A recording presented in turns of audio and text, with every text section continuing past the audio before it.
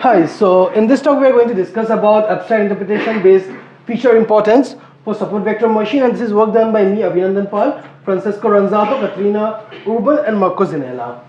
So let's for a moment imagine we do not live in Paris or London and New York, and we have an option while getting apartments. So we would consider various different numeric factors like area of the flat, the crime rate in the neighborhood, the bathroom counts, and the bedroom counts. And based on this, we'll come to a conclusion. Is the flat acceptable to us or is it not? And if someone were to ask us what are our priorities, how are we taking the decision, we would probably say something like, well, for me the crime rate is the most important, then the bedroom count, then the area, and then the bathroom.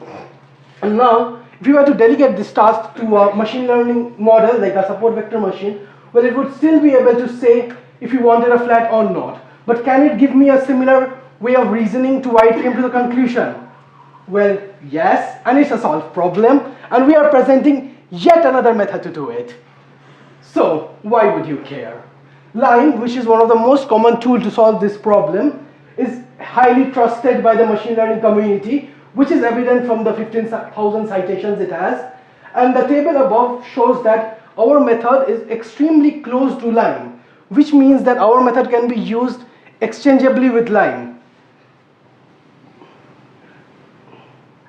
There is another tool called PFI which varies from line on a few properties, and it has 1,000 citation of its own. And here we show that our method is closer to a baseline than compared to PFI. So we essentially have a method that is slightly better than PFI and is as good as line. So again, why would you care? People can just continue using line.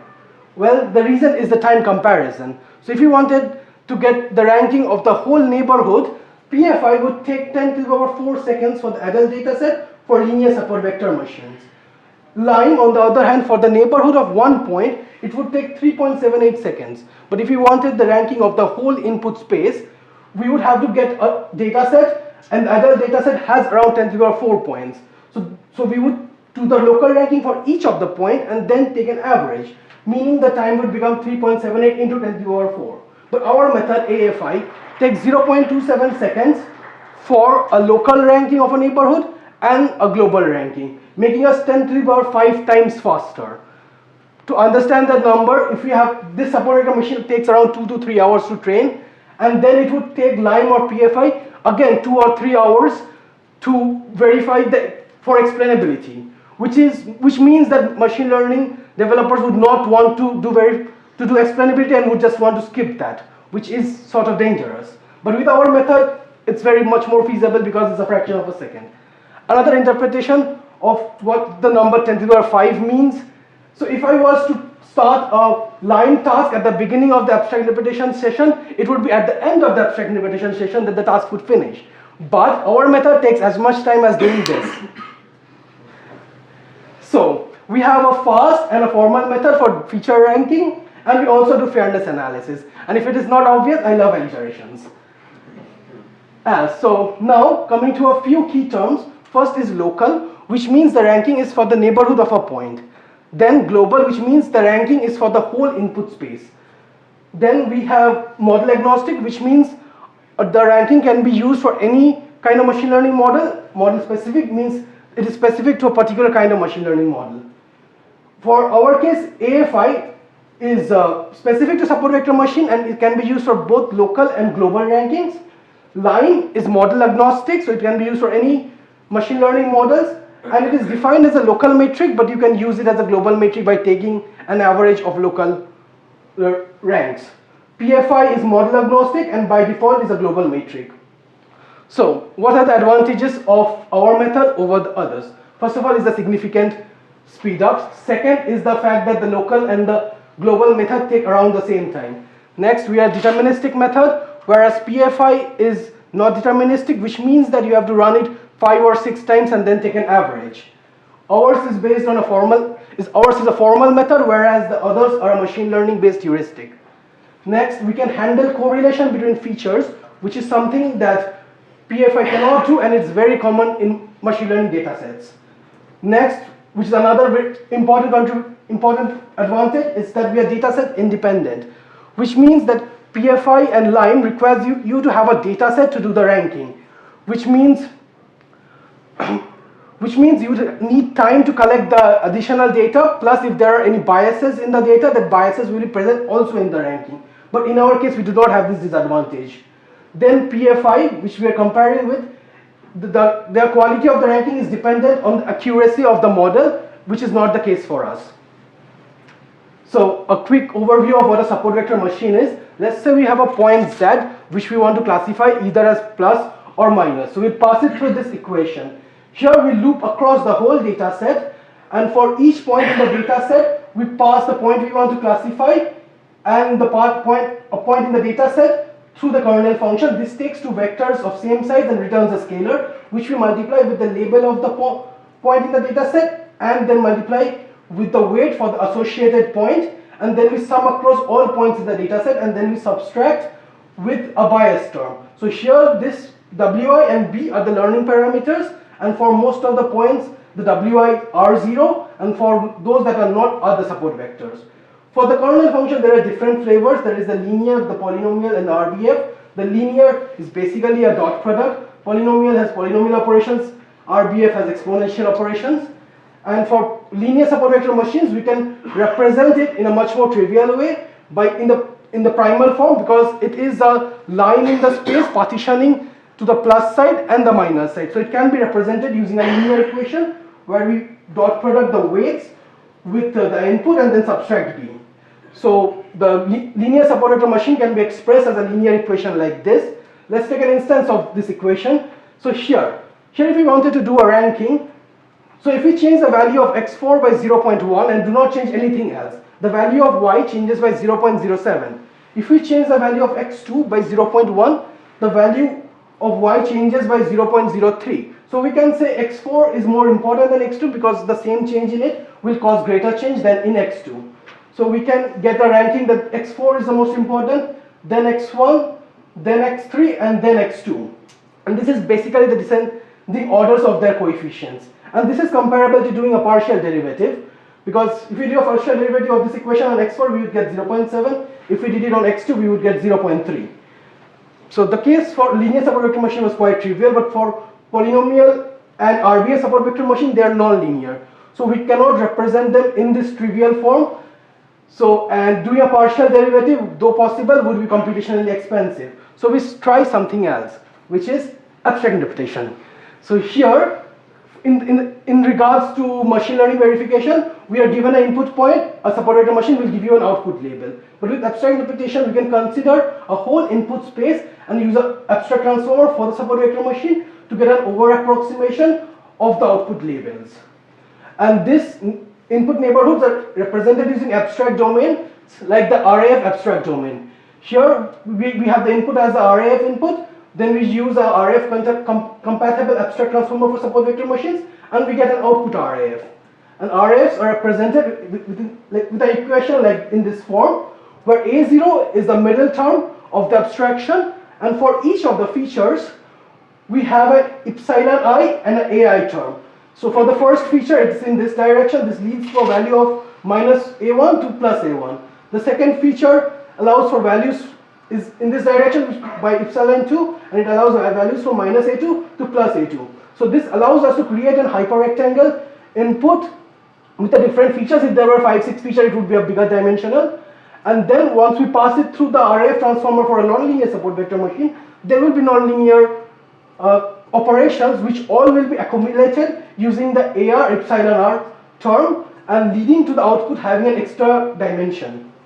So now we have taken the output of the RF here in this equation, and now we will use this to get the ranking. Here A0 is shared across all the features, and thus we can ignore it, and the amount each of the feature contributes to AR is directly proportionate to their AI terms. So as the AI terms are still there in the equation, we can ignore this. This leaves us with an equation of this form, which is exactly the primal form that we saw before, and we can now use the trivial case again and get the ranking by taking the absolute value of the coefficients. And so now if you are considering the neighborhood of a point, we would use the RF input as the neighborhood of that point, and we would get the RF output corresponding to the neighborhood, and thus the ranking would be corresponding to the neighborhood, and thus the local ranking.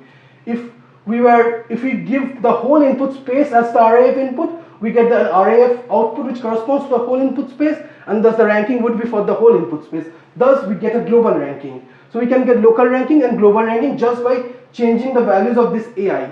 But the number of computations remains same, thus they take the same amount of time to compute. So the abstract transformer that we used was Saver, which was introduced by two of my co-authors at SAS 2019. We made a few improvements to it and used it for feature analysis.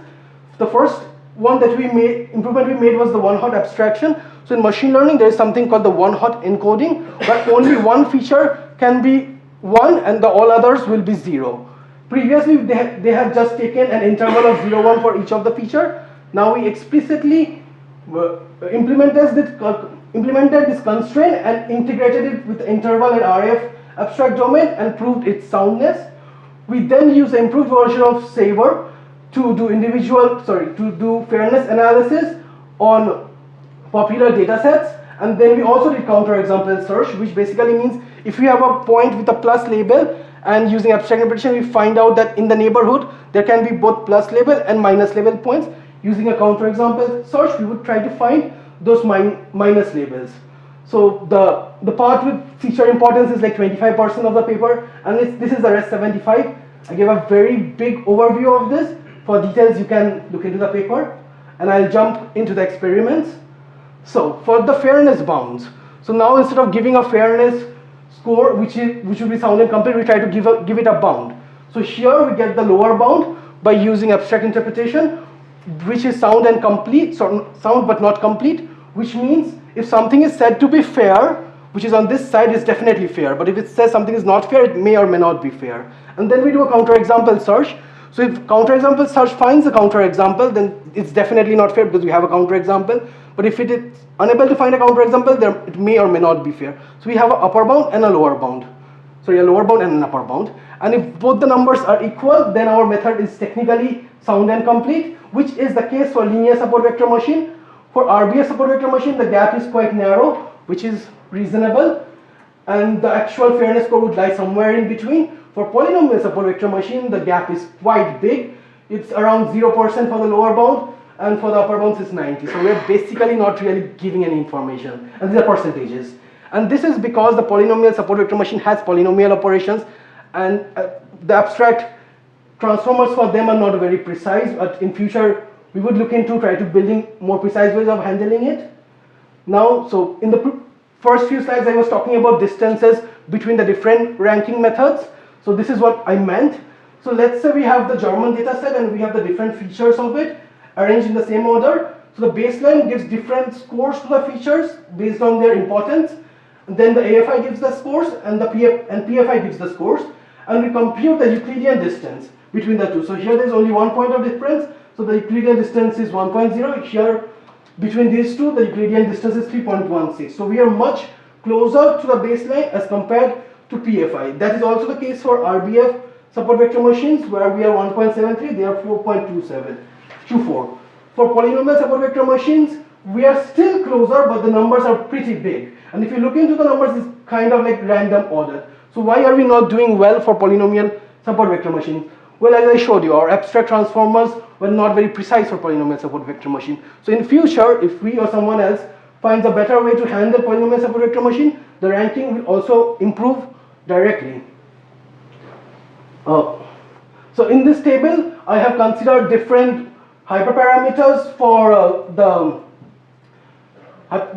baseline and the other data set. This shows that our closeness towards the baseline generalizes across different data sets and hyperparameters. Next, here for the local rankings, instead of building another baseline, we just, as lime is widely used, we showed that our method is extremely close to lime when we set a high enough size of epsilon, which is the size of the neighborhood. And finally, about the time comparison again. So for the adult data set, the speed up is around 10 to the power 5 because the data set has around 10 to the power 5 points. For compass, it's around 10 to the power 4. For German, it's around 10 to the power 2. In general, the bigger the data set, the faster we get. and the amount of time difference we have across different variants of the support vector machine is less as compared to the other methods.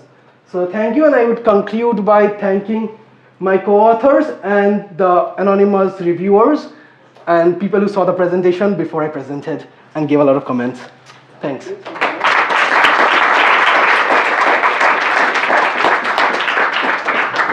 So we have some time for questions.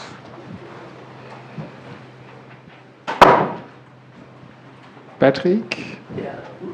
How is received your work in the world of artificial intelligence and things like that?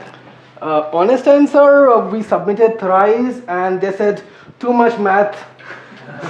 So, I mean, to be honest, the first version of the paper we had didn't compare it with Lime because we did not know which were the important ones. Later on, we understood what were experiments that would convince them that the tool is good enough, but there was always the problem that the math was too mathy.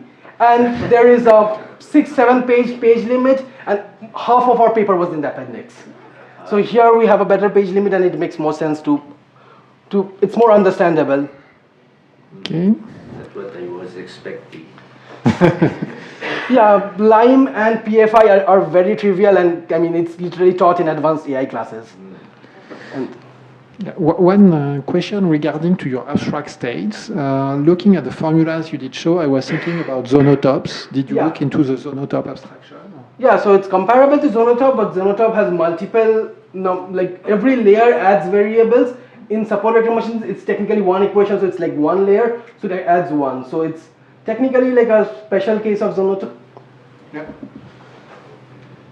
So it's like a special case of zonotop, we could say. Okay. Any other question? Yeah. So is it possible to apply your approach to explain deep neural networks?